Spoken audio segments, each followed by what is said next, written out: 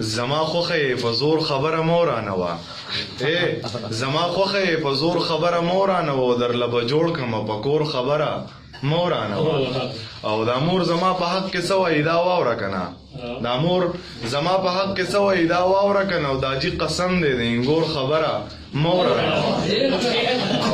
چې پلار رضا کا منوال تستال اعلی خفشي چې پلار رضا کا منوال تستال اعلی خفشي او د رور ته وایا د خور خبره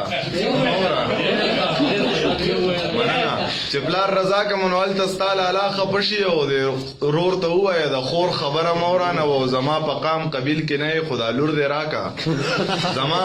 په قام قبیل کې نه خدا لور دې راکا او درته جولې نه سمترور خبره